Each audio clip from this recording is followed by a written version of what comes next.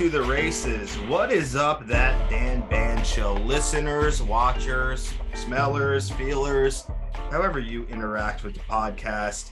This is Dan. I am your host. I am your jester of sorts, a sacrificial lamb at times. And it's been a while trying to get our bearings here. It's the end of October. It's the 21st today. And it has just been a crazy month.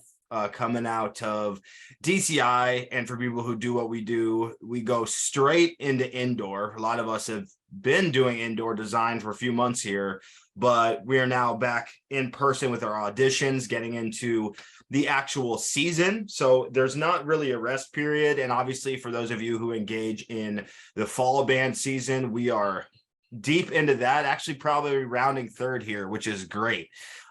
So it is just a busy time. Phillies are in the playoffs. The 76ers are starting. The Eagles are undefeated. So Philly sports are going well. Apparently today is the equinox of sports because we have the NHL, the NFL, basketball, and baseball. So that's pretty dope. I'm not a sports guy though. That all being said, I felt it was time to have a very, very special guest. A guest who is a personal, don't even want to say friend because that just doesn't even cover it. He's so many things to me. He's a muse. He is an idea sparker. He is an energizer. So many things. This person is an alumni of the Cadets Drum and Bugle Corps. He marched in 2010 and 2011, competed against me both years, actually. From there, he served as the front ensemble caption head for the Cadets 2 DCA Drum Corps from 12 through 2015, and then took over the front ensemble design and sound design from 2016 to 2018. He was also on staff with the Cadets from 2014 to 2017. And throughout, served as the front manager, arranger, and sound designer for Cadets Winter Percussion from 2014 to 2016, including our open class gold medal and record-setting score at finals. After C2, he went on to serve as the Bushwhackers front ensemble arranger and sound designer from 2016 through 2021, and is currently the front ensemble arranger and sound designer for the Reading Buccaneers, who won the DCA title in 2022. That was his first year there. He works with a couple different high schools, including Norwalk High School, which is a PSO group. Shout out, that is my alumni high school. He also was the sound designer for United Percussion, who is not a high school. They're an independent world group from 2017 to 2018. Currently, he is the front ensemble arranger, manager, and sound designer for the George Mason University Indoor Drumline. And most recently, and most excitingly, he is now the front ensemble arranger and sound designer for the Cadets Drum and Bugle Corps in 2023.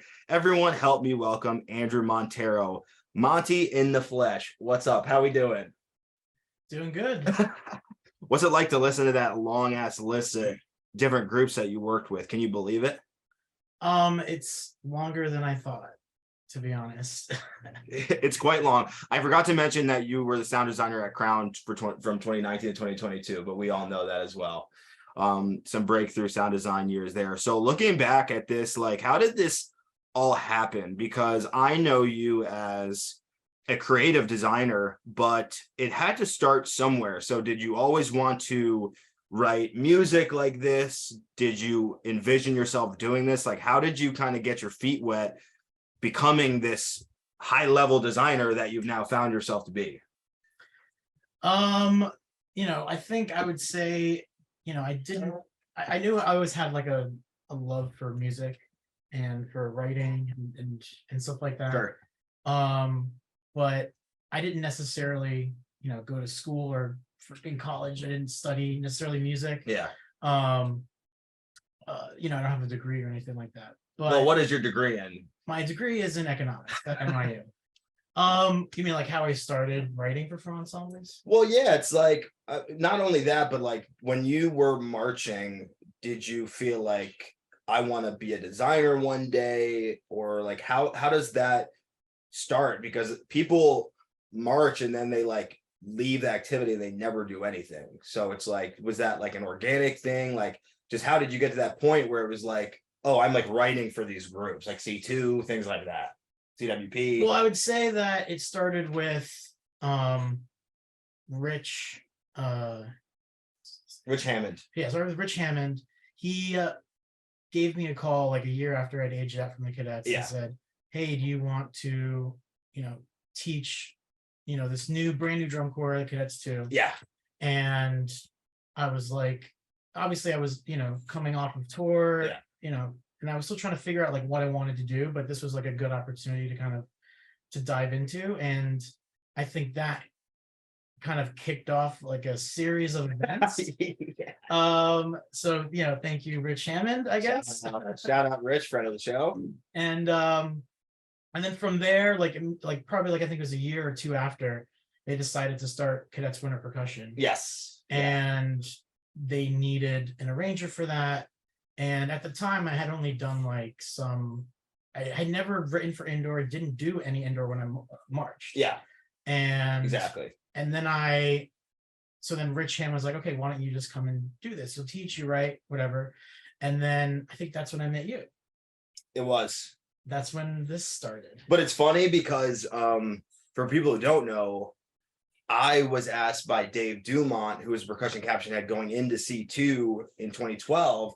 He initially asked me after Jesse Wang, Wang, I don't know how to pronounce his last name. I apologize. Huang. He was a cadet alum. He was going to teach the snare line there. He had to bail. He got a job. And then they asked me, and I don't remember why, but I was like, I'm not trying to teach right now. I think it was my age out year, it was summer 2012. So then I hit up Travis and I was like, there's this gig. He didn't even know Dave. So I was like asked to do it. And I was like, I'm good for my age out year. I'm just going to chill. So there's this weird, like, just series of events that was like this person. And then all of a sudden, like you were just saying, we like end up at CWP, which is like your first, is that the first like writing gig you wrote there before C2, if I remember? CWP was like, the first indoor group that I've ever written. Sure. So that was kind of like a really harrowing experience, I would say. I mean, I didn't know, it was, I didn't know what to expect. Obviously, like I said, I never did indoor. There was so much I didn't know, and there's so much that that I was just kind of just taking risks and just throwing against the wall and just been like, what's gonna, I did rely a lot on, Rich Hammond to kind of like guide the way that we communicate and interact and how we design the show, and just kind of constantly learning from him. And obviously, like, I was also working with him at C2, so there was a lot of just constant communication about the direction we wanted to bring the CWP and C2. So that's kind of where it took off. And then, after we won the gold, then we went to world class, and I had, again, like when I was writing a world class book, I had only ever written one open class book ever. Yes. So, I didn't, and I was a fan of WGI, I was constantly watching, videos, stuff like that. And I was just winging it, if I had to be honest. Totally. And I remember you being well versed in kind of WGI thing, like even though you had March, like that doesn't necessarily, matter. There's a lot of great people who write for these top groups that did it March. I don't think there's a correlation, but what I wanted to ask was about kind of the tools aspect and sort of your ability to teach yourself things, because I think part of what you've been able to do is, okay, I'm going to become a front ensemble arranger. I need to like understand Sibelius to the level that I need to do it. And then it becomes main stage, right? And being a sound designer, and then it becomes Final Cut Pro. You're a video editor, which we can talk about later, but it's like, have you always been able to kind of like be autodidactic, teach yourself these tools, or is that something that you sort of like figured out? Like what is that about? Because I think that's something that sort of sets you apart, is like, you're not formally trained in these things, but you have this like really broad skill across all these like technological platforms that you kind of need to do this, right? Like main stage, for example. So just talk about like, how did you get to that point? You're like, yeah, main stage, Sibelius, Logic, Final Cut Pro, whatever, I mean, I think you'll find that a lot of front ensemble people get pointed in direction where, okay, you're hired to tech the front ensemble, and then now, hey, why aren't the speakers working? And band directors across country will point to the front ensemble tech is, hey, check out that speaker. What's Right. going on over there? And so I think a lot of people can relate to, especially front ensemble people, Sure. Can relate to the fact of like just being pushed into those spots just out of Yeah. necessity. Totally. And I think that's how like my journey into like sound design started, because I think it was like the second, third year of CWP. We had hired somebody for sound, but it wasn't necessarily the things that we were looking for. And it was like, well, who's going to do this? And that's when I started just dabbling in just like, YouTube University. I'm like, okay, what kind of, how do you do this? Like, what's Logic? Let me figure out what Logic does. And, I guess there is like a jack of all trades kind of element to myself that Definitely. I don't really always kind of recognize, but just hearing you spell it out kind of makes sense. My grandfather, he was somebody who, when he was growing up in Portugal, he never had like a single job. Mhm. Like he was like a photographer, and then he studied science, and then he ran a supermarket, and like when he came to America, like he was always just choosing different things. And like my grandmother would kind of get frustrated because she's always working in the supermarket, and then he would just be going off on a tangent like, oh, this week he wants to study this, and then now he's studying that and doing this. And I guess there's a little bit of that in me for my grandfather, just kind of like, what's needed, I need to figure out how to do it. And that's it. I mean, it just comes from necessity. You're crafty. I am. You're a crafty guy, and we're digging into psychological levels we didn't know we were going to go into. For listeners who don't know, so 2021 was the virtual year for WGI. So we wanted to do a video for GMU, but we couldn't necessarily get someone in-house at Mason. We have a media team at GMU, and they're really fantastic. Josh Cruz, shout out. Tina Tellup. We have like a bunch of really great people who do what they do, but we're trying to edit video to the level that an artistic director would with a music video, where there's like cueing and there's like all this alignment stuff between the music and the visual aspects. So we were like, okay, like what are we going to do? Well, Monty ends up just I think you bought Final Cut Pro, air quotes, and he ends up editing the entire video. So if you go and you search Close to the Sun, not only is all the music, well, not all of it, because obviously like we had Matt Penland and Dakota and Sam Fleming, but most of the music and the video is essentially written by you. And obviously we had to sit down and we made that map, the shot map. Yes. With the lights. Mm-hmm. So we had to learn about like shot types when you're talking about foreground, background, mid shot. I don't remember them. I thought it's gone, but we had to like learn that. We had to like create this map. Like we always use a show map for indoor, but we have to like translate that into a video. We decided to use lights, so that was cool with the Bluetooth lights. Mm-hmm. And it was just like you just like did it. I don't know. It was just like you ended up just doing it. So it's like, I don't know, were you stressed out about that? It seemed like it went pretty well.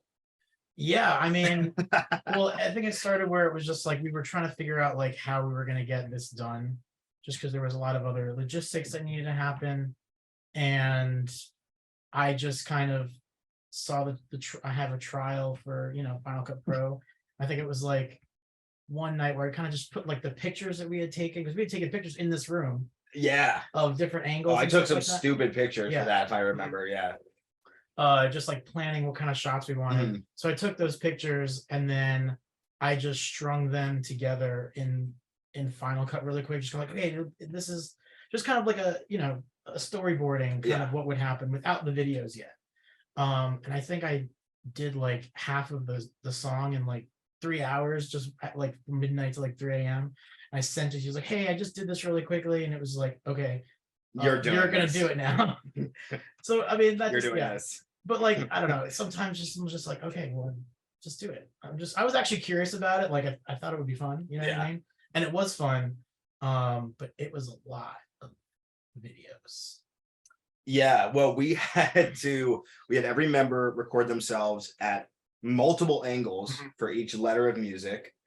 and then you had to cut the audio together and like balance all the audio tracks, and you kind of do the movie magic with that. But I think it's just amazing because it's like, how do people like learn how to do what they do? And it's like, you literally just like started using Final Cut. And I think that is a really great lesson because I get people who like DM me sometimes, are like, how do you like design an indoor show? Like, how do you like come up with an idea for indoor shows? Like, I have no idea.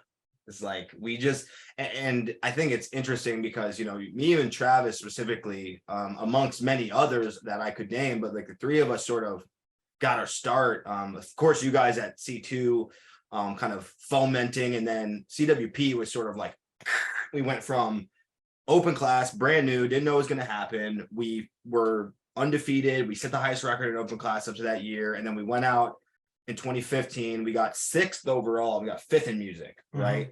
And it's like, I guess, you know, to jump to today and comparing it to them, it's like, how do you look at what we're doing now differently than you did when we were sort of had blinders on? Because I feel like back then we were just surviving. So what's changed now that you're sort of in a different place? By no means at the end or even close, not even the middle, right? We're like, how many years ago was that? It's been like 9 years or something like that. Yeah. This is their 10th year, actually. Me and Travis' 10th year in a row. So my 7th year with us, and it's 10 years since, actually, right? 2014 to 2023. It's been 10 years. Right. So the 10-year anniversary podcast we're doing right now. So how are you looking at this differently now that we're so much further into it, and we're in a different place, and we're like having conversations with different people in terms of like where we're at? How is that difference like feel to you as like a designer? Well, the number one thing is experience. You know what I mean? Like, every single year that I've done this, I've always taken away from, okay, this stupid idea didn't work, or you know, or like this, okay, this was a realization of like a concept that worked really well, and I want to bring that back. You know, again, like, it just kind of goes back to just my style of learning. I learned from experiences. I learned from other people, like, you know, having been designer now for even like, you know, through Crown and now the Cadets, like, working with, you know, literally the best in the activity has allowed me to kind of shape what I do in probably a more manageable way compared to how you and I would design, you know, CWP. You know what I mean? So I think the process is more formulated. It's not as chaotic, though it's sometimes fun to kind of be like in the moment where it's like, hey, what if we did this? What if we did that? What if we did that? I mean, that's always a part of it, right?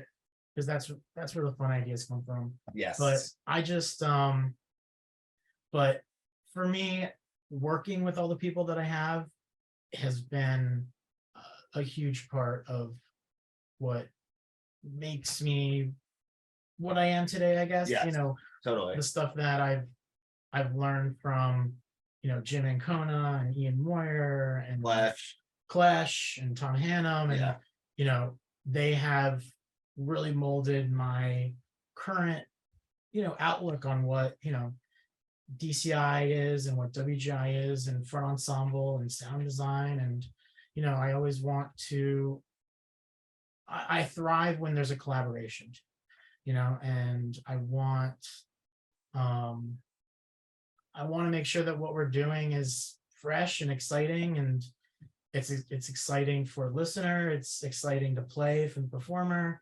and I've crafted what that is based on the experiences I've had, the people I've worked with. Yeah. And it's so different. Like every single year, I feel like we've had such an interesting sort of trajectory, and it's not linear at all. Like I feel like people sort of, when they're on the outside of like, you're a designer, you're a higher mind or whatever, it's like, it's not like this thing where we're just like better, or the more of the same. Like when I look at what we've done, especially since 19, we've been like fringe, rap, hip hop, Western, cowboy, genre. Then we did Close to the Sun, which was like heavily music inspired. And then we brought that, did Nothing Lost, which was like, we're going to make this like an amazing piece of music. And then all the visual judges were like, what is this about? And now we're going like more in the theatrical direction with this year.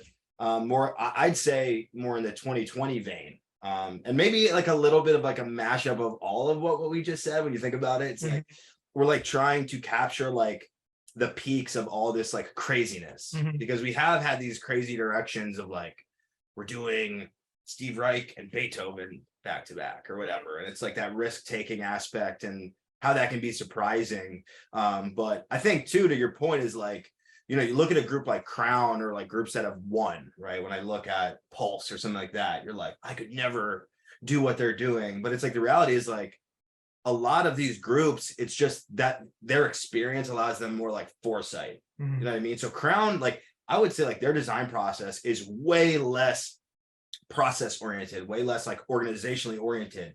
But these are people who have been like literally designing and writing for like decades. Tom Hannum has been in 6 decades of drum corps. So he's not sitting there like, oh, I need to like map this out on a spreadsheet and blah, blah. It's like nice style.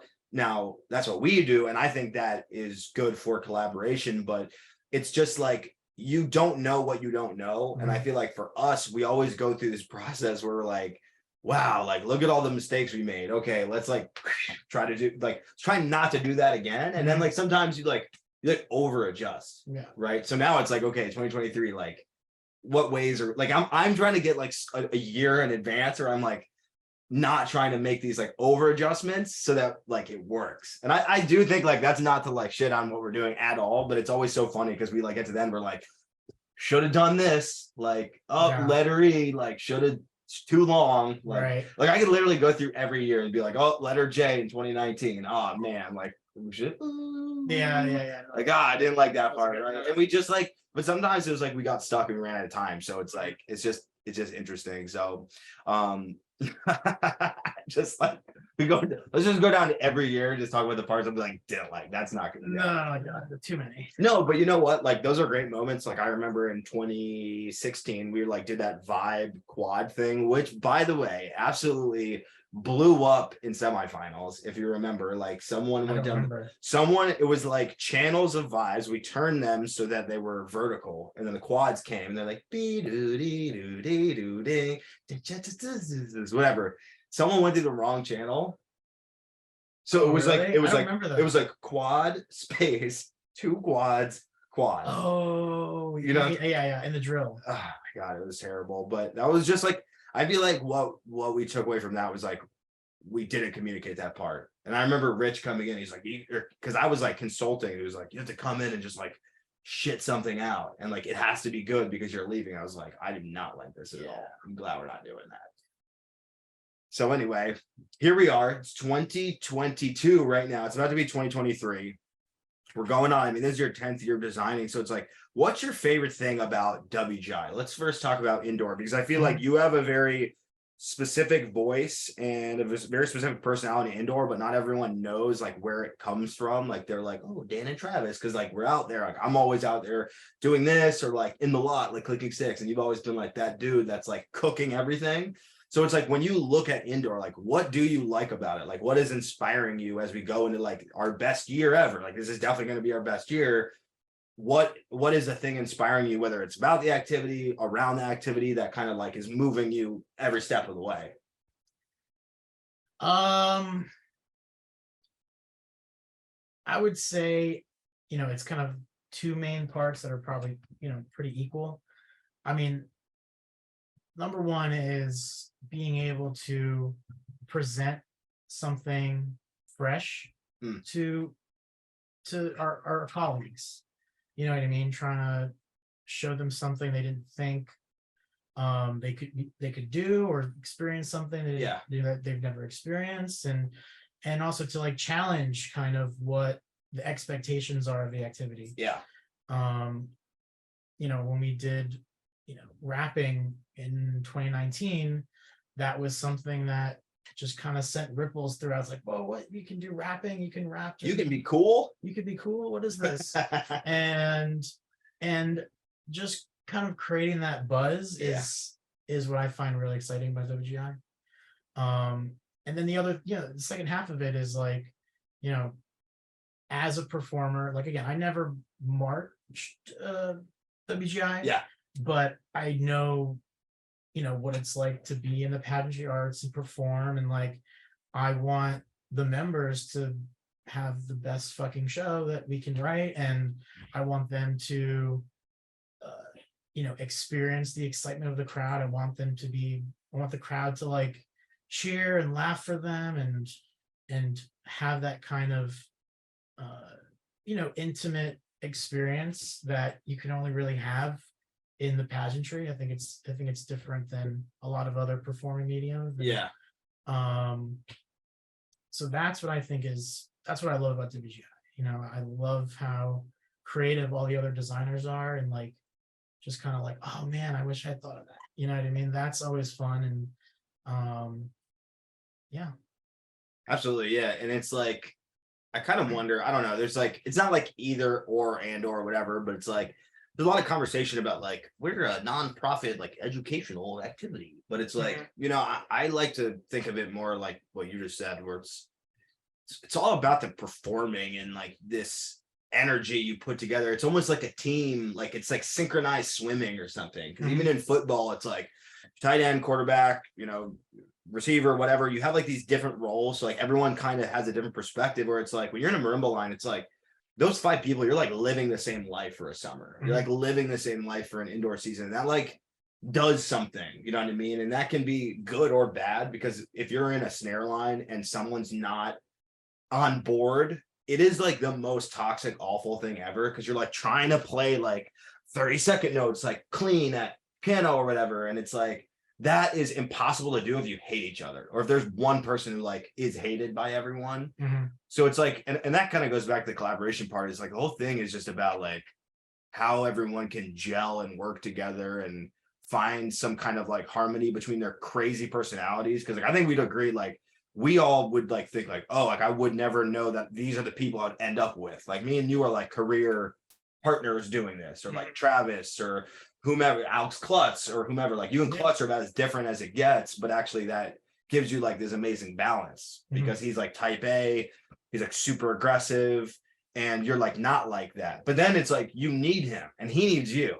You know what I mean? We need each other. You need each other. But I love that. It's like Travis is kind of like, he likes to do what he does, and he has a very specific like entry point, and I have my own. And sometimes it's funny because people will be like, you guys are just like an echo chamber. But like if you know me and Travis, it's like literally not that at all. Yeah. But sometimes it is. Sometimes it's like, oh yeah, dude, like you're completely right. But we also like, we're all on like this weird scale. Like, for example, like you're definitely that person who's like, all right, if we could get like 1,000-foot crane and like get like 10,000 pounds of confetti and like drop it on the release of the show, like how do we do that? And then Travis is like, this is what the budget is. Yeah. And then like I'm somewhere in between. We have this like cool scale. But I love that, because you never think about like project management, or like from a creative aspect, it's so different to do. Yeah. You know what I mean? So it's always fun to like, you have to like learn people's personalities. It's like, I always work with graphic designers, right? Where you're always a sound designer, graphic designer is not people that always like plug in. But it's like interesting. You see, everyone like takes things differently. Like working with a graphic designer, working with like a sound designer is like so different. You know what I mean? Right. And every fun. team is different. Yeah.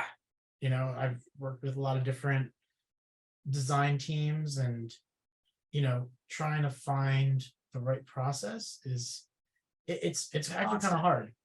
You know what I mean? And sometimes like I may suggest a certain process or something like that, and that's new. Like, oh, why would the sound design go first? That's kind of, we're not used to doing it that way. Right. Or and so maybe sometimes that works, sometimes it doesn't work for a certain other design team, and that's fine. Like I don't like to just say like, okay, this way is always the right way, because that's not true. There's a lot of ways to do this, and there's a lot of right ways to do it. I think the process we have at GMU is, sometimes I always think like, oh, this is really easy, because like we'll be presenting ideas, and like how quickly we kind of get on the same page about what that is. Like, like do we have disagreements about like ideas or something like yes. But in terms of like how it eventually gets quickly resolved, and like, oh, we're on the same train pretty quickly. Yeah. That's totally. It's easy to take that for granted. And it's partly why I just love the process. We're slugging it out. It is fun. I actually have a lot of fun. Like when we like our meetings feel different than other meetings. And it's been fun because like when we meet, it's like we hang out for 2 hours. Even over Zoom, I feel like our meetings are very like fun and chill, and it's like people really contribute, like everyone talks, and like it's I really and we've gotten to that over time because I have been as cognizant as possible about sort of like, hey, like what do you think Right. like having to be that person, like the coordination aspect. So it's like everyone kind of says their piece and everyone has like their perspective, and that comes from forcing people to do that. Like I do feel like sometimes I am in my intro English class teaching where it's like, all right, let's do the icebreaker, like let's do this, whatever. And I'm trying to bring that to like the Hurricanes, for example, because I feel like that is where success will come from, is when everyone is just like looks forward to them. Like usually you have meetings, you're like, we have a design meeting. Oh, it's like if we can look forward to it, we just come to it with like a different vibe. Like I just feel like we can be more fluid, and it's not like, well, you're the sound designer, so every single comment you give is about sound design. Like that is not a product. Like we all have brains and we have a lot going on, and we all have like so much in there. It's like I want Ivan to talk to us about like these events. You know, he has had so many good ideas that we've used, which is super great. So it's like, that being said, you know, to segue into kind of where things are at even now, and like why we wanted to record this podcast, even though I've been begging you to get on here for a couple of years, finally can do it, is like you're now back in the cadets. Like you've done C2, you taught the cadets, you were the only front ensemble ranger with Ian Moyer in 2014, but like you were like the guy at CWP. Now you're back at cadets where you march, which is crazy. So it's like, what going into this, it's like, where's your mindset at? Like, what are you looking to do with this new team with Lee Bettis? With some of the other people that haven't been announced. I'm not going to like announce them on here, but kind of going into this new territory, because with Crown, you were the sound designer, and you definitely wrote a bunch of the keyboard stuff, like the intro, part 4, like a lot of that was your stuff. You're the guy now. There's no Jim Ancona, there's no Ian Moyer, like this is it, right? Which is dope. So it's like, what are you looking to do in the DCI realm? Like, is this a continuation of what you've been doing and learning? Are you trying to like take a different approach, knowing that there's like a very specific identity of the core? Just like talk about like, all right, you're the front guy of the cadets now. What's the deal? Yeah, I mean, it's, you know, obviously it's a huge privilege to kind of to have, and it's, you know, there's definitely, I feel the weight of all the people before me, you know. I mean, you know, Ian Moyer, when I marched cadets, he was the one that was writing, and I have you know, a lot of respect for him and what he's done with the cadets and the cadets brand, and now Boston. So, you know, I am feeling you know, excitement, and I'm feeling, you know, a lot of pride that I get to imprint myself into the history of the cadets. And even more than I already have. So you're at C2, CWP. Yeah. You taught cadets. Now you're back up. But you literally, how many people have been through every organization they had? Not including the Guard, because that was like a one and done. There's like not that many people that did every single one, right? No. Tony Teleke, Mariah Graham, Connor Mulford, Dom. Did Dom march cadets? Yep. He did. Anyway, y'all could comment on this if you were a part of the, I don't think there was even like a name for that, but I know they hyped that, like if you're in not Alex Musliner, not Pat McHale, there's only a few people, but you're part of like every single thing, which is nuts. Yeah. So crazy. So where do we go from here? Where do we go from here? Where do we go? So when we look at kind of what you're doing now, you look back at where you've gone, it's like, I don't know, it's like, where do you see the future of the activity headed? Like, do you feel like we're there? Do you feel like if you could craft the future of it, which you can, which you are, what do we need? You know what I mean? Because something I'm always talking about, which you already know, is like, we're not cool enough to have like fans from like outside, right? We are constantly trying to grow, but also the way that we write and judge is a little bit of like an insulating echo effect, right? So it's like, where is this headed? Do you see us expanding? Do you see us shrinking? Like, what in your vision for the future of the activity, like what would you like to see? I guess is what I'm asking. I mean, that's a pretty big question. Spitball. I think, I would say like my vision for like what the activity is going or something like that. I'm probably thinking more like a bit smaller, like in terms of like what do I want for the cadets? Because I think because I think what the activity is kind of different from what each individual sport is, you know what I mean? And I would say like, Sure. For the cadets, like I think I do have like, everyone has an idea of like the cadets and what that means, and and it's about the the consistent excellence, actually we were on a call with the Jay Bocook, and we were talking about the brand of the cadets. Mm-hmm. And I love this because like Jay Bocook was like, I've been here a while. Obviously, we all know Jay Bocook, legend. He's been here a while. He's been here, and what was so great was that he said to us like, what the brand of the cadets is that they're badass. And I got so giddy with that because I thought about why I wanted to be in the cadets, and when I saw like 2005 and how that drew me, and 2000 cadets, and so in terms of the activity, like I want it to be badass. I don't know what that's different for everybody and what that means, but I think as long as we focus on the excellence of the performers, then that is the best direction for DCI. And I know there's a lot of like economic factors and like, okay, well, should touring be longer? It should be shorter. Should the members be paid? Or, there's a lot of different avenues that the future of DCI could go. But I think as long as it's still about the members performing the most badass thing that can be given to them, and they're pushing the limits, like that is where I think the success of DCI is going to be. So it's crazy because in this little world, like anyone would look at two drum lines and be like, that's the same shit. Right. But I remember interviewing Mike Jackson, for example, and he's like, yeah, I write things that aren't meant to be clean, that can't be cleaned. And then you have Tom Hannum's like, the only thing that matters is that it's vertically aligned. And there's like drastically different philosophies that are out there, like back to back.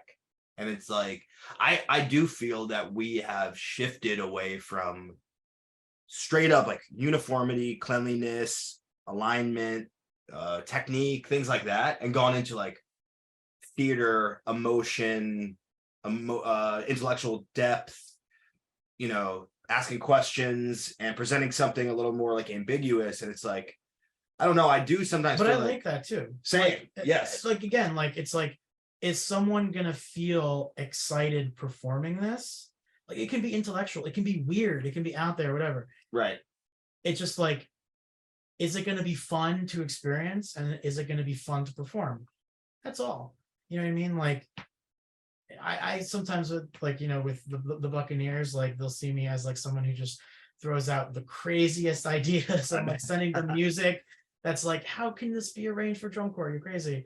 But like, and maybe that is a part of me where I just kind of like to be weird, just to kind of get conversations going. Yeah. But like at the end of the day, like I only do that to kind of just spur ideas, to challenge our current ideas of what can or can't be done in the activity. Right. But it's always with the goal of, is this something that a performer would just like love doing? Is this something an audience member would just be like, have their mind blown listening to? And like, that's, so I'm all for intellectual stuff. I'm all for the emotional, and obviously performers love being clean. You know what I mean? And obviously we, audiences like to listen to clean beats. Right. And that's kind of where it comes from. Like, you can think intellectually about, the meaning of the music or whatever, but like when it comes down to like, it needs to be enjoyed from both the performer and the audience. And like, that's always what I want. I want people to have an emotion when they experience it. It could just be like, whatever emotion it is, except for hate. I don't want them to hate it. But every other emotion, fear, surprise, laughter, not cringing. Or not cringing, yeah. Yeah. Unless, but welcome to the cringe. But so yeah, I mean, again, like I guess I'm very emotionally driven. That's just kind of how, that's just the kind of person that I am. And I'm sensitive to those kinds of things. My experience in drum corps wasn't always super smooth, you know what I mean? Like I wasn't like an all-star, person when I marched. Right. But I've taken that to focus on what I think performers want and what they need. And I never want a performer to kind of say like, oh well, I didn't like the music I performed, or I was embarrassed to perform it or something like that. Right. I definitely don't want to ever have that happen. So that's where a lot of my crazy ideas come from, like just challenging the performers. And it's interesting because a lot of people would go see, like, okay, I'm gonna go see Metallica, and a lot of people are just like, oh, I love Metallica, right? And then like music people are like, the guitar is flat, like the drums aren't tuned right, like Lars Ulrich sucks. Like we're kind of in this space where it's like there's like the entertainment aspect, but it's almost like we're analytical.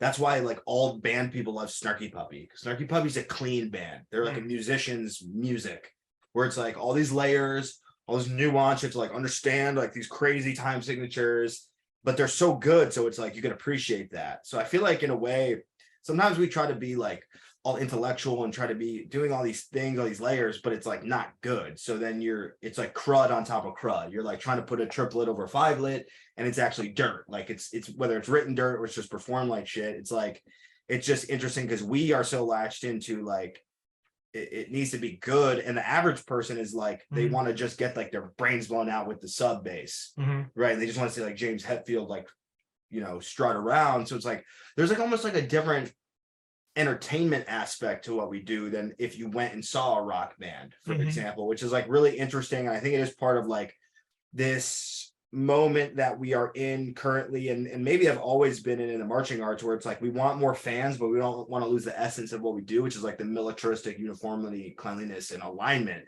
And it's always like finding that like perfect bullseye, or like trying to find it. And sometimes people go far off in one direction or another. And I want to also bring up, Guster, they probably can't hear it, but we'll let him bark. Gus. Hey, come in here. Crazy boy.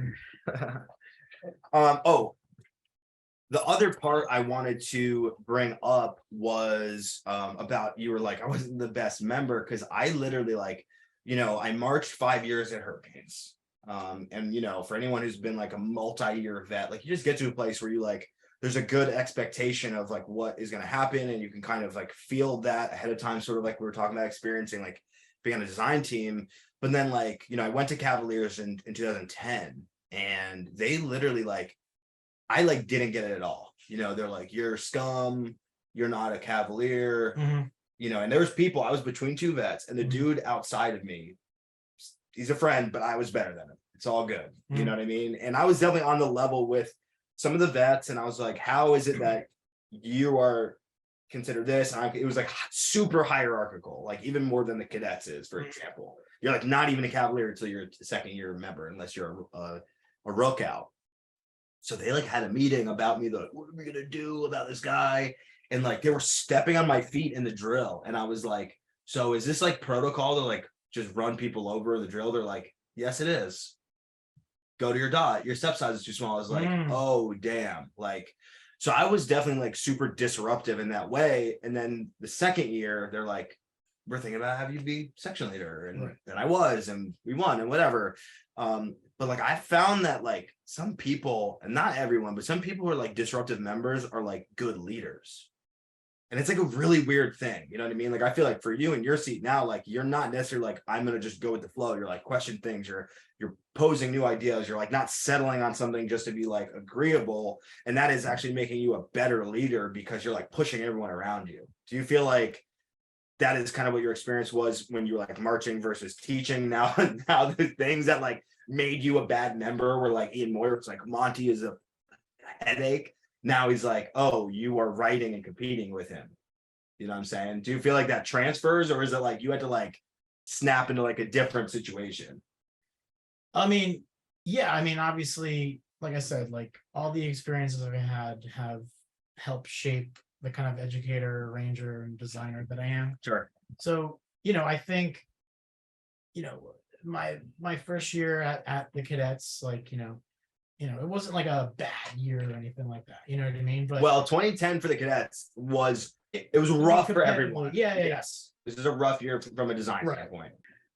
You had opinions about what you were playing, you had opinions about the vets around you. I mean, yeah, right. I would say like I was probably just trying to figure out like what it meant to actually be in the top world-class corps, a corps that I had wanted to be in for a long time. It's a lot more. It's different once you're in it. You're like, oh, like ever since 2005, I haven't heard drum corps before. I wanted to be in the cadets. Yeah, I'm in the cadets, and I'm learning about what it means to be in the cadets.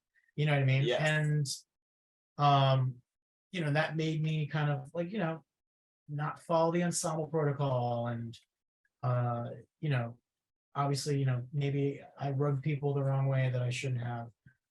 But then kind of like in your situation, like the following year, like, learning from that, like trying to be, a better cadet, that's always what the the mantra is, you know what I mean? Their values. Yes. And so there was a growing period there. And like, I think now what that means for me is like,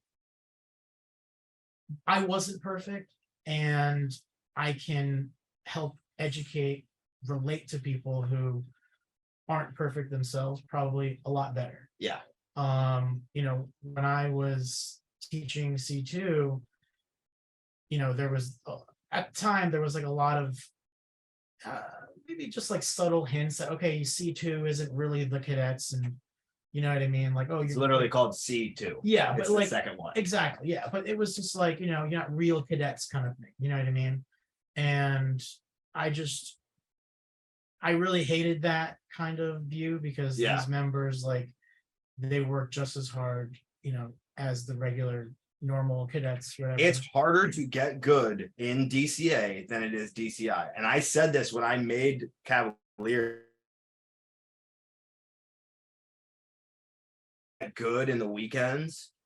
DCI is so easy. Like if you can't get good 90 days in a row, you're like not meant to do this, not to be abrupt, but it's like, like 90 days, 12 hours a day that you're like putting in the hours. Yeah.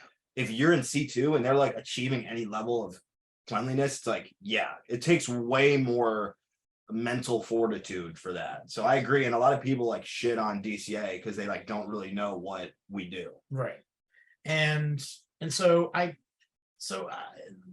wanted to make sure that the members like understood that, like, because they kind of felt it too, just from outside sources, like, oh, we're really the cadets. And like, I would get emotional on talking about like, yes, you are, you know what I mean? Like, you guys are working harder than I even did, you know what I mean, when I was there. And so I again, like this whole connection between, how I was and how I am now, I am always thinking about it from the other person's perspective all the time, Too much. Maybe too much.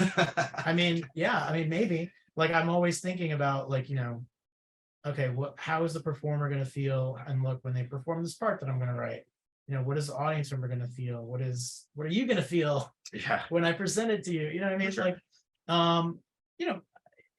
but that has so far always been, I'm not going to say always successful, but pretty successful when I don't just consider my own ego for what I want things to be or whatever. And my style is ever changing. The style is that it always changes. I don't like, I haven't, even right now, I'm like working with new people, and at at the Cadets, and even at GMU, we hired some brand new staff, and like they're bringing in new ideas, and I'm not just set on a way of like, oh, this is how I've always done it. Right. Like, I want there to always be new voices that are influencing me, the design, how we teach, and I never think of that I'm ever doing this on my own. I always have the best people around me, like supporting and offering their criticism and thoughts, and collaboration is it's my biggest thing. I don't think people can be successful doing it on their own. One, I think there's too many moving parts. I feel like some people want to be so front and center with it all. And it's like, first of all, the members are front and center. That's who is playing. That's who, when the kids are in the lot watching you, they're not like behind the drum line watching the person clicking. They're like, it's like watching the drum line. It's like, get the fuck out of there. You know what I mean? I think some people, they get caught up in wanting to stay like in the limelight because it feels good to be a performer. It feels good to like, be part of the essence of the engine of the thing. And then you get caught up in that, but it's like, this is a team. It's very collaborative. This is like part of what I do like about what we do is like, it is almost like being on a team, not necessarily like a basketball team, but maybe more like we're on like a skate team together, all sponsored by the same company. And then we like tour together and we kind of, we work together, but we're not necessarily all doing the same thing. We're not necessarily like calling plays, but we have to collaborate and put something together that comes across. Like, you can always tell in a design when it's like, oh yeah, you can tell like the design coordinator and the drill designer, they're not communicating with the music designers. Like, it's just like music and it's like drill. And it's like, you can feel like the schisms in the team when you look at any given product. Like, when I was talking to Scott Chandler and him just explaining the process, I was like, yeah, like I definitely know that. Like, I didn't know that, but I know that because you look at devs and you're like, that's a team where not a person on that design team is afraid to say something to someone else. The drill guy to the drum guy, we need this many more counts. We need the secondary, like you can tell that there's like that collaboration and I don't know. It's like you have to get out of your own way in these instances, because if you're just like, I need to make sure that like everyone knows that like I wrote as many notes as possible. Now as much of me is in the show as possible. Like, I think we've always been good about like the right idea is the best idea, not my idea. Because sometimes I look at the shows at the end and it's like, I don't even know who did what. You know what I mean? And it's especially like now, like I feel like more than ever, like how Travis and I work across, like not only like the battery music, but also like what they're doing visually. And then like with what you do, and that trickles from like Sam, now Anthony, shout out Tony, friend of the show, Tony Gilliland. It's like very collaborative, and like you shouldn't be able to tell like who is doing what. You know what I mean? I think we've always been good about just like, who cares like who thought of it? Like, okay, I want there to be beat boops from Say You Will. Like, I need that to be in the thing. You're like, all right, we're gonna do it. And like that part was hot. It was like, I remember that, but it was just like you were down to roll with it. You were like, oh, that's dumb. We need to do like triple laterals and do this, blah, blah, blah. It was like, no. So it's like, that's cool. I love those moments where it's like, or like you've literally suggested like tons of effect ideas in these shows where it's like the front ensemble guy, you don't know about it. It's like, you watch movies, like you haven't, like that's the thing is we have to draw on like, when we talk about what we're inspired by, it's like we don't even know.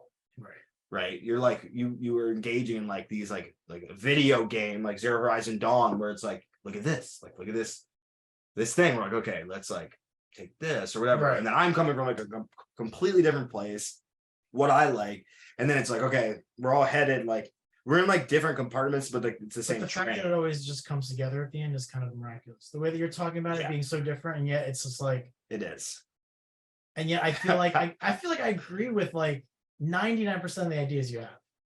Well, I've now like gotten you on my side. So it's been like a multi-year process.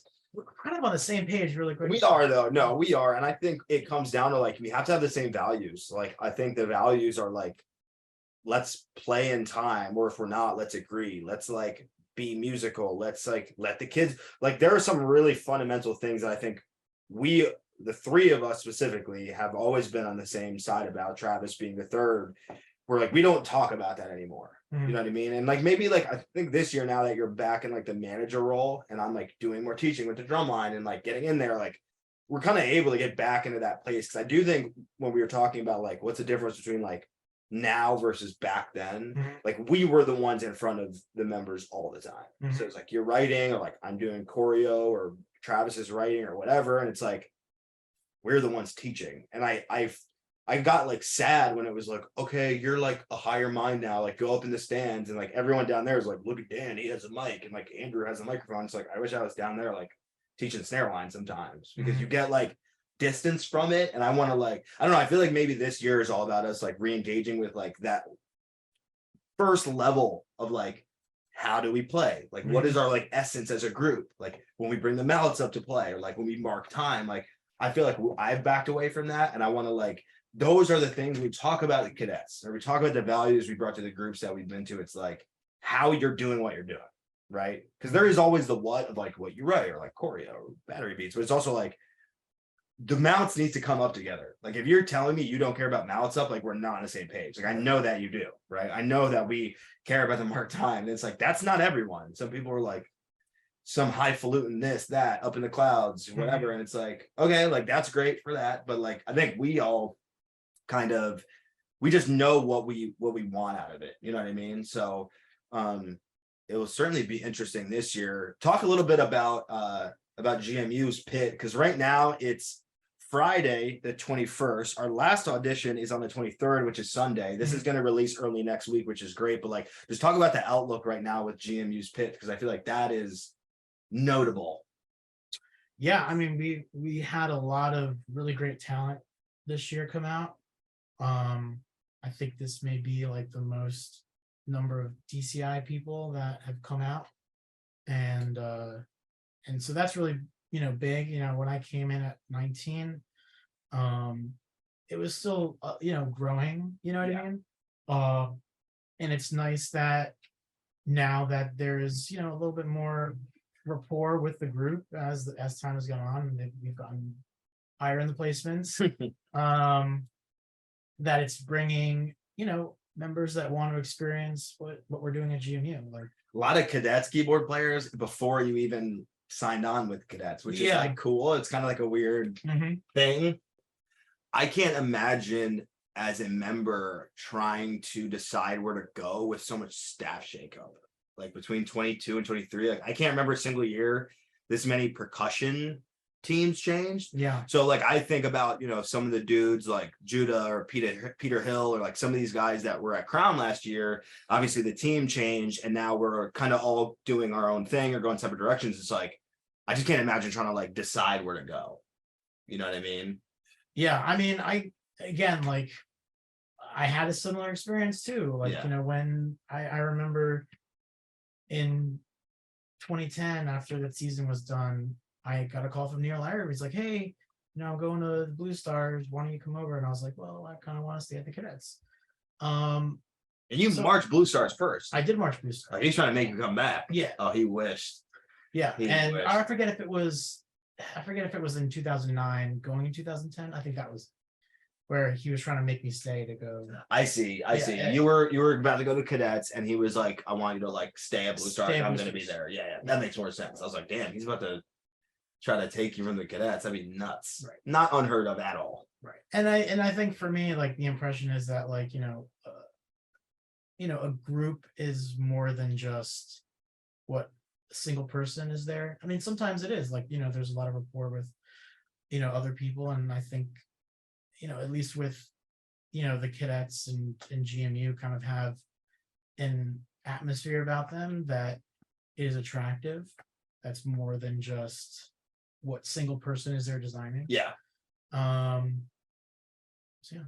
I agree. I'm really excited about Cadets. Like, I just feel like I totally get what it's supposed to be. Like, I'm with you so hard. Like, the first shows I ever saw was like, you know, Millennium, like 2000 show where they tied for first with Cavaliers. Didn't win drums though that year. Cavaliers won percussion, Niagara Falls. Or 2005, like you said, or 97 or 98, 99, like just these powerhouse years of Cadets. 2007. What is that called? It's the but I believe I will, or whatever it's called. This I believe. This I believe. Sick drum corps though. Mhm. And that's where like it was interesting because their design was, people were really mad about how much talking was in that. Mhm. And then the whole activity was like heavily in narration, and then we went like back to like lyrics, or not back to it, but like turned to like singing and lyrics. Mhm. But like that drum corps is a perfect example of like, or even like 2005 was like innovation tradition. Like we were talking about that a couple of weeks ago. It was like super innovative design with like the zone, right? The zone part 2, where it's like, what is this? Like an acid trip, right? But then it's like that drum corps won every caption. One of the only drum corps ever to do that. So like you can do that. If I could capture what I want out of what we do, it would be like, it's the most innovative design and it's like super clean and badass. You know what I'm saying? Like that 2005 show, like pull it up right now, like it would stand up now. Like they were disgusting. Yes. And they played like, I don't know about the pit, but I feel like the music at least was really cool. I don't know about the pit writing. I know Neil was still there, but oh yeah, no, it was great. It was insane. But I, you know, like that is what I'd hope for you guys. That's what I would hope even for GMU, because like we are an East Coast team. There's very few East Coast teams left. Like I feel like we're like keeping something alive. You know, Boston, the way they play, definitely, but they're in Florida. Like they're really down there. So like they don't necessarily like pull. I know they have like a UMass connection, whatever. And now we're like building out our corner in Northern Virginia and building that whole area over the last 7 years. United is obviously a couple hours north of us doing their thing, and then the Cadets, and they've like, you know, it's just been this like thing that's sort of like a little bit dynamic, and it's like, okay, yo, let's put our foot down and be like, yo, we are back, like East Coast drum corps, because like the West Coast has been so dominant in indoor, and there's so many reasons for that. Like Mission Viejo goes back like 1998, like that's Mike Jackson, where you got to start with Roger went to Mission Viejo, I believe. He's OG. We don't know that. Ian and John started at Pacifica High School. If you remember, like Pacifica High School, like 06, 07. Have you ever seen any of those videos? Yeah. Of it? Disgusting. And you'd be like, oh, like these guys just popped up. Like, no, they're literally like decades in, and we're like trying to catch up to it. And like you were saying, like that experience accumulates. So like Ian writes something, he's like, this is gonna work. I know how this sounds in the arena. He's watched his groups in the arena twice as much as some of the other of us. And that like, that's something, what can you can't like supplement that. How do you supplement that? But I am very excited because it's like, all right, like Cadets, like, yo, let's bring it back. Let's like see that thing that you're talking about with the identity is like, what does it mean to be in the Cadets? Like, I don't necessarily think that you should need to walk the porta potties in twos. I'm just going to throw that out. Because we would clown you guys, because we would like be watching you guys like walk in your bibbers to go poopy. But like, you know what? Like it can work. Like, how can you deny that when you get it like 2011? Where you guys it's an all-around. It is. But it's like, you know, I remember one year, this is like a perfect example of like different styles. In 2012 at Rhythm X, we were at the Indie Regional. I was in the snare line, and we just like Rhythm X and Mystique used to have beef. I don't really think that's true anymore. Someone can correct me from Rhythm X. Tim Fairbanks can like text me right now, even though this isn't live. But like back then it was like way more heavy, and they were like a little bit more back and forth, and Broken City wasn't out, and Pulse was just on the come up. But Mystique and Rhythm X had like real beef, and we were like in the lot. We didn't have a tech, like we're alone, and we're like playing like legatos, like whatever's like hanging out, and we see like Mystique like walk by, and they're like in twos, like super straight legs, like, and they're like at a high school, like in this like crazy tribal uniform. It was New Tribe, and we're like playing legatos, and like someone like ticks. It was just like da, da, da, da, da, da, da, da, da. And like literally we're just like, we like look around, and then we're just like, we just play whatever we want. We literally explode. And they're just laughing, and like our competitors are just walking down, and it's like, if a group I did that now, I would be livid. But at the time, it was so funny. I love that story so much. It was like a perfect representation of like X and Mystique's cultures in that moment. You know, Mystique is like Cadets indoor in a way. Not Cadets winter percussion. Oh, yeah. But like indoor Cadets vibe. Like very much about like rehearsal etiquette and things like that. Yeah. And that's why they train their members so well. Right. Shout out Dean Johnson. Shout out Dean. Angelo Outlaw. Who else is there? I think that's it. I don't even know. I was texting Dean today. I sent him some Crocs to buy. Is he doing cadets? He's not. He's not? Come on, Dean. I'm gonna send this to him like, Dean, and we're putting you on blast.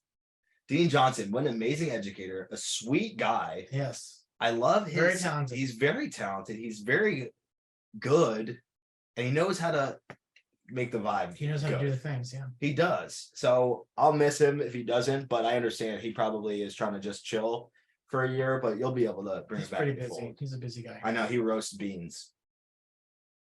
He's Dean in the Beanstalk. He's Bean Johnson. Someone's gonna do it. I can't believe I haven't thought of that. Bean. I could literally have been calling him Bean this whole time. I'll text him when we get off. That's really good. That's good. So many puns. Anyway, this has been a blast. It's weird to interview you because we hang out all the time. It's very weird. But it was great. I'm glad to get you out there. We're going to put you on blast. Everyone has to know who you are now. Great. The genius behind Deconstructed, Fringe, Outlaw. What other shows have we done? What was 2016 called? No, not Memory Archive. Dream Electric. Copy of freaking Reading Buccaneers 2022. Don't know what your guys' show was called. What was it called again?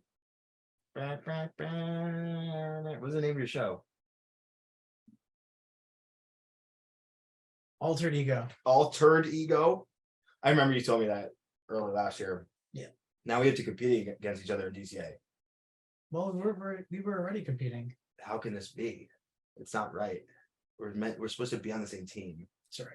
It's a little bit of competition's good. I know. I don't know if Hurricanes are going to go world or open. I think if you are over 85 members, you have to be world. I have not decided yet. I'm kind of like, right. I don't know. For any Hurricanes people listening, we don't know what we're doing yet. So, but it actually is fun to like hang and just be like, oh, how's it over there? How's it? It's like healthy. I feel like if we were like all year round, yeah, we might all kill each other. It's like good to like just, no, it's good that we have our own, yeah, little corners. It is little summer corners. It is good, yeah, and it's fun to work with other people and like kind of learn. Like you kind of learn like, okay, like you don't really know what it's like to work with like a front arranger, sound designer until you like work with a different one. Right. Like you're like, oh, Dan is like the program coordinator everywhere. Like this is what it's like, and then you go somewhere else. You're like, oh, that's just what we do over there. Like we worked together at CWP for 3 years. We did. You had your adventures with your other arrangers. Oh, an adventure it was. And then where did you end up? We came home. Right back to me. We came home. You did. You were just sitting there. Just well, the sound design for United 1718 was pretty fire. Those were two very good years for that team. And yeah, it was good. And like, I mean, you already know, like CWP, it was literally like the most. Like it's funny because we like, it's kind of like cult classic, like people who know really know, and like those shows. Like I remember Mike Jackson, he doesn't have an Instagram anymore, but like a couple of years ago, he like literally just posted a picture of his fridge, and he's like, Deconstructed, one of my favorite shows ever. Yeah, Mike Jackson. I was like, dude, that is nuts. It's crazy. But it was like at the time we were literally just like, what? I feel like it was going a million miles an hour. Oh yeah. I just remember we were at Daniel Boone. It was super cold out. People were getting fired left and right mid-season. And we were just like, are we going to like fold? Like we literally did it. Rewriting the opener. Oh, rewriting our second movement like 5 times. Yeah, that was the single key one in 2015. The doom, boom, boom, and it ended up being great. That's probably one of our better movement twos. The movement 2 curse. Nah, because every time we see Rich Hammond going to loop back, he's like, oh, you guys, movement 2, blah, blah, blah. It's like, well, okay, go back to your throne, Judge. We're like on this text thread, him, me, and Travis and Dante have a text thread, and he's always just like talking mad shit, and we're just like, put us on. What's up, bro? And he's like, well, he like, he likes to give us a hard time. He's our like East Coast Allentown uncle. Yes.